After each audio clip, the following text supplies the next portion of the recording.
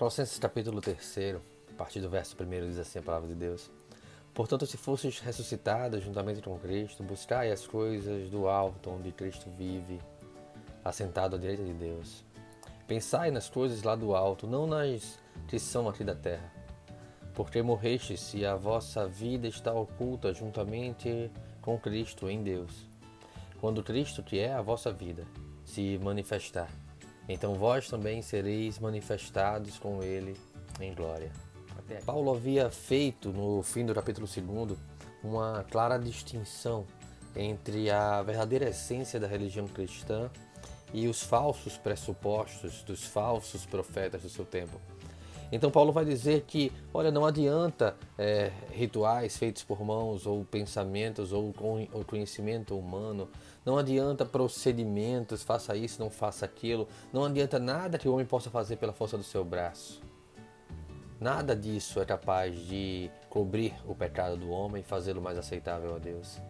Nenhum dos sacrifícios, nenhum dos rituais, nenhuma das cerimônias religiosas, essas coisas não têm poder sobre o pecado.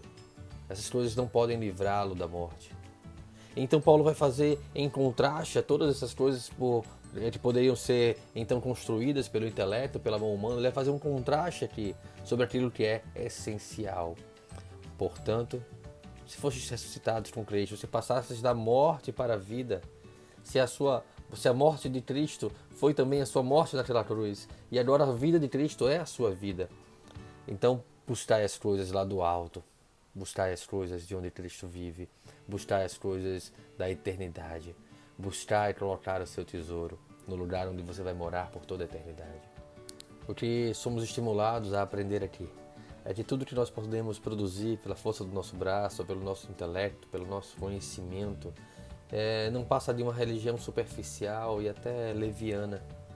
Quando nós conhecemos de fato o que Deus quer para nós e nos moldamos a isso, é pelo agir do Espírito Santo no nosso coração que somos inclinados a viver sob uma perspectiva não de tentar cumprir algo nesta terra, não de tentar viver algo nesta terra que seja além daquilo que Deus então destinou para nossas vidas, mas viver numa perspectiva de eternidade, sabendo que esta terra é passageira e não há nada que eu precise juntar nesse lugar. Não há legado a deixar nesse lugar, senão a palavra do Senhor, senão a conformidade da minha vida com a vida de Cristo. Essas coisas que precisam ser o contraponto da nossa revolução de procedimento, de cultura, de valores em relação ao mundo perdido. Buscai as coisas do alto. Não se preocupem com as coisas dessa terra, não coloquem o seu coração nas coisas dessa terra. Não coloquem a sua esperança, a sua segurança em coisas feitas pela mão humana, quer mesmo aquelas que são religiosas. Buscai as coisas do alto, onde Cristo vive. Buscai a excelência daquilo que só pode ser encontrado em Deus. A nossa segurança só pode ser encontrada em Deus. O fim das nossas aflições só pode ser encontrado em Deus, porque foi prometido por Ele. Que no novo céu e na nova terra não há mais choro, não há mais rancor, não há mais pecado, não há mais ruína. Agora há uma nova vida plena e perfeita em Cristo Jesus. Paulo começa então esse capítulo 3 a nos exortar sobre aquilo que deveria ser mais excelente para nossas vidas, para nossa mente, para o nosso coração. Paulo vai nos exortar a meditar na nossa vida celestial, a meditar na nossa vida eterna.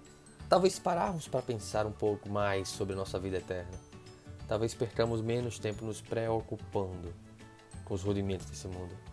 Se pararmos para confiar mais sobre aquilo que nós vamos experimentar e viver eternamente, talvez nós nos tornemos menos ansiosos e impacientes com as coisas e os rudimentos desse tempo. Mas para quem são essas promessas? E então Paulo vai dizer que essas promessas é para aqueles que foram ressuscitados com Cristo. A ascensão segue a ressurreição. Cristo foi ressurreto e ascendeu aos céus. Daí nós, como membros de Cristo que somos, devemos então entender que nós também subiremos aos céus como Ele, que foi a primícia da igreja, subiu. É sobre essa meditação, sobre essa perspectiva que nós devemos então reforçar ou acalmar o nosso coração diante das coisas desse tempo. Do mesmo modo que Cristo padeceu e parecia ter sido vencido pelo mundo, na verdade ele, através da sua morte, venceu em nosso lugar, venceu a morte em nosso lugar. E nós fomos ressuscitados com ele. Então, logo já não pertencemos mais a esse mundo, mas pertencemos ao mundo para o qual ele nos destinou. Pertencemos para um mundo glorioso. Então, quando a nossa mente, nós compreendemos a nossa peregrinação, isso nos traz uma liberdade das angústias desse tempo. Isso nos traz um sentimento de que esses pesos dos princípios conturbados e da falsa segurança, da falsa necessidade de status, esses pesos eles são tirados dos nossos ombros. E o que prevalece é Cristo. E o que prevalece é a simplicidade do Evangelho que nos alcançou. Ele está sentado à destra de Deus, diz Paulo aqui aos Colossenses. Cristo está sentado à destra de Deus. Governantes terrenos passam, autoridades terrenas passam, pessoas sobre as quais nós colocamos a nossa confiança, elas passam. Deus continua assentado no seu alto e sublime trono. Cristo está assentado à destra de Deus. Nenhum de nós pode ressuscitar sem ter morrido. E nós precisamos ter consciência de que naquela cruz morreu o nosso eu, morreu o nosso ego, morreu a nossa vontade de cumprir planos que dizem respeito tão somente a essa vida e não visam a glória de Deus. Morreu a nossa ansiedade de querer ser e ter coisas nessa terra que não visam a glória de Deus. Morreu o velho homem, do qual nós precisamos nos despojar todos os dias para viver a realidade do novo homem refeito em Cristo Jesus. Então Paulo fecha esse pequeno trecho dizendo: mas quando Cristo, quando aquele que é a nossa vida se manifestar glorioso, se manifestar de uma vez por todas na sua segunda vinda para a redenção dos povos, para a consumação do tempo, nós com ele também nos manifestaremos, e essa deve ser a perspectiva que enche o nosso coração de ânimo. Podemos passar o que passar nessa terra, mas nada nos tirará o céu, porque o céu foi conquistado por Cristo. Podemos viver dificuldades nessa terra, mas essas dificuldades não poderão nos separar do amor de Deus.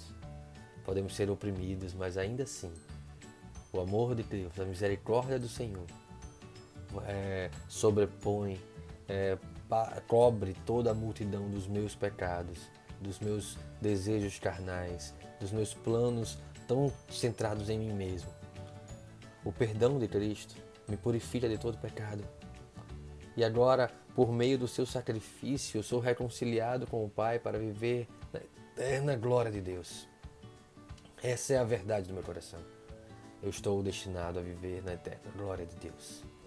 O que mais pode me abalar? O que mais pode abalar o meu ânimo e os meus pensamentos? Talvez circunstancialmente muitas coisas, mas nada pode me fazer perder a perspectiva da eternidade. Nada pode me fazer viver como alguém que está perdido, porque na verdade eu fui achado, eu fui encontrado. E agora a minha mente, o meu coração e o meu tesouro estão nas coisas do alto, aguardando apenas o tempo em que Ele se manifestar, para que eu possa também me manifestar com Ele, de maneira gloriosa, como Ele alcançou a glória, como Ele foi glorificado. Pois eu creio, e essa convicção é tão forte na vinda de Cristo, que ela me faz perceber que a minha vida, a plenitude da minha vida, eu não devo pensar que isso deve ser vivido nessa terra. Não, eu posso passar por muitas dificuldades nessa terra, mas a plenitude da minha vida está oculta, está guardada em Cristo Jesus e há de ser revelada. Louvado seja o nome do Senhor.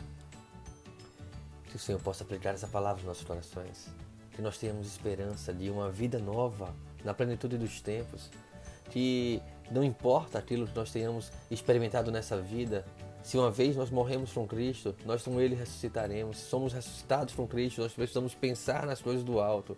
E se nós pensamos nas coisas do alto, nós esperamos a plena redenção, nós esperamos a plenitude, nós esperamos o momento em que a nossa glória se manifestará por meio da glória de Cristo.